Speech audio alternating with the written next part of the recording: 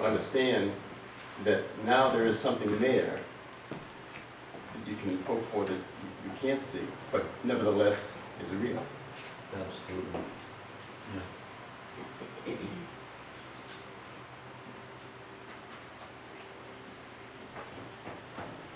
It's nice to know that we have that even now. So creation is dynamic. It's ongoing. It's always been that way, I suppose, you know, from the days when you could smell the sulfur coming up from the ground to now when we have to keep it inside ourselves. Are we hot? You can see your eyes drooping. Did a little better this week. I said I'd keep it in an hour. Next week, though, we need to have more chatting time at the end of it.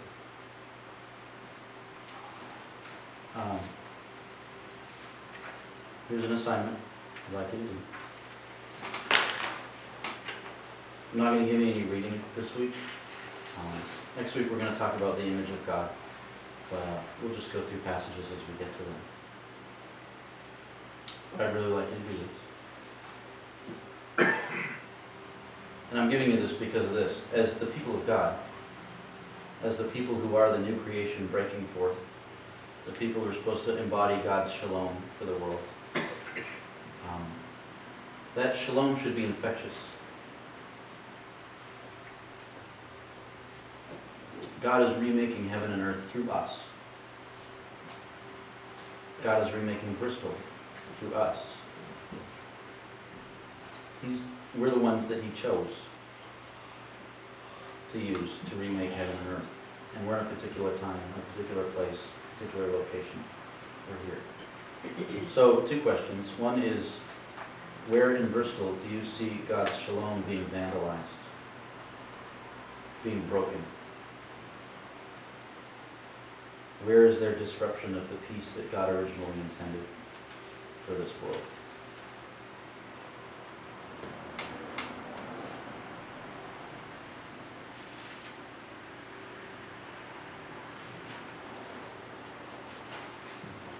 What are some concrete situations we can name?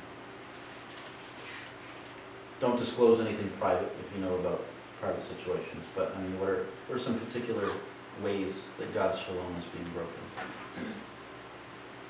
And then the second, and you'll have to pray about this, you'll have to ask God to speak to you, you'll have to ask God to lead you, but where is God calling you to be the shalom in those situations?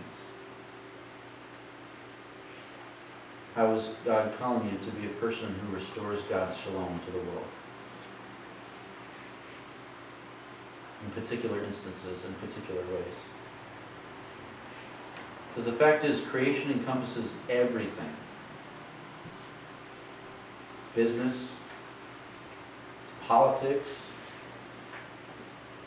art, home life,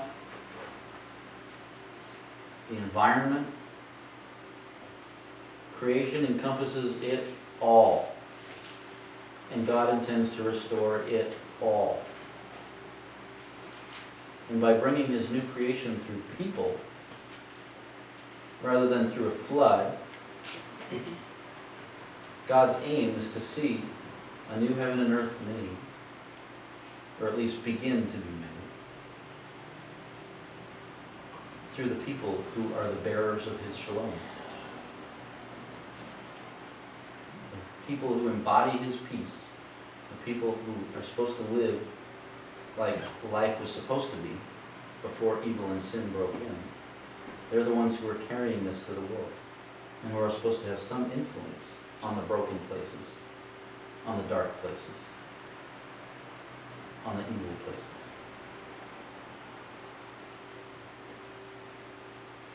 This, we would say, is part of what it means to be the church in the world.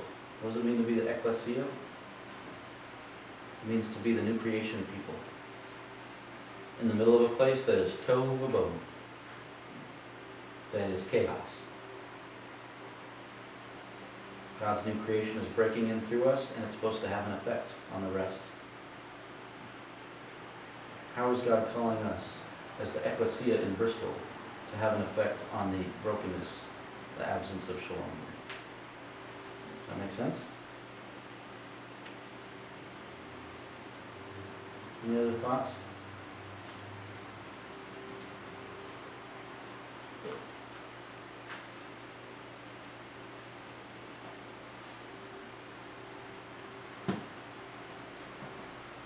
Let's pray.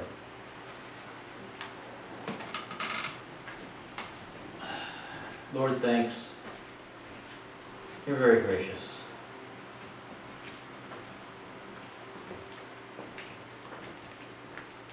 Sometimes it's hard to understand the word. I confess,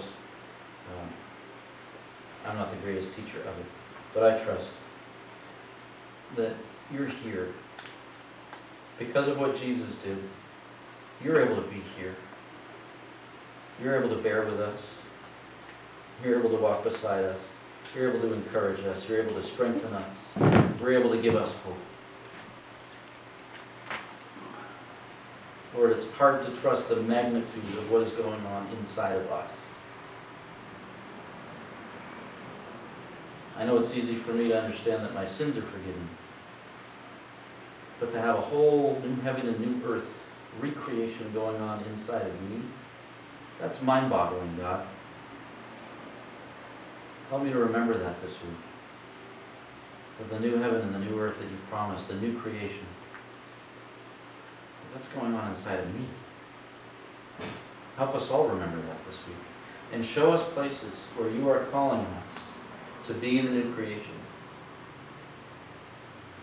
Show us where you are calling us to bring your peace, to bring your wholeness, to stand against evil in all its forms. And give us compassion for our brothers and sisters who do not yet know you, who do not yet know your peace, who are caught in the chaos, who have no clue as to why you're here. Lord, we want to see the light of truth burst forth in their hearts. We want to see you say, let there be light in our friends, in our neighbors, in our co-workers.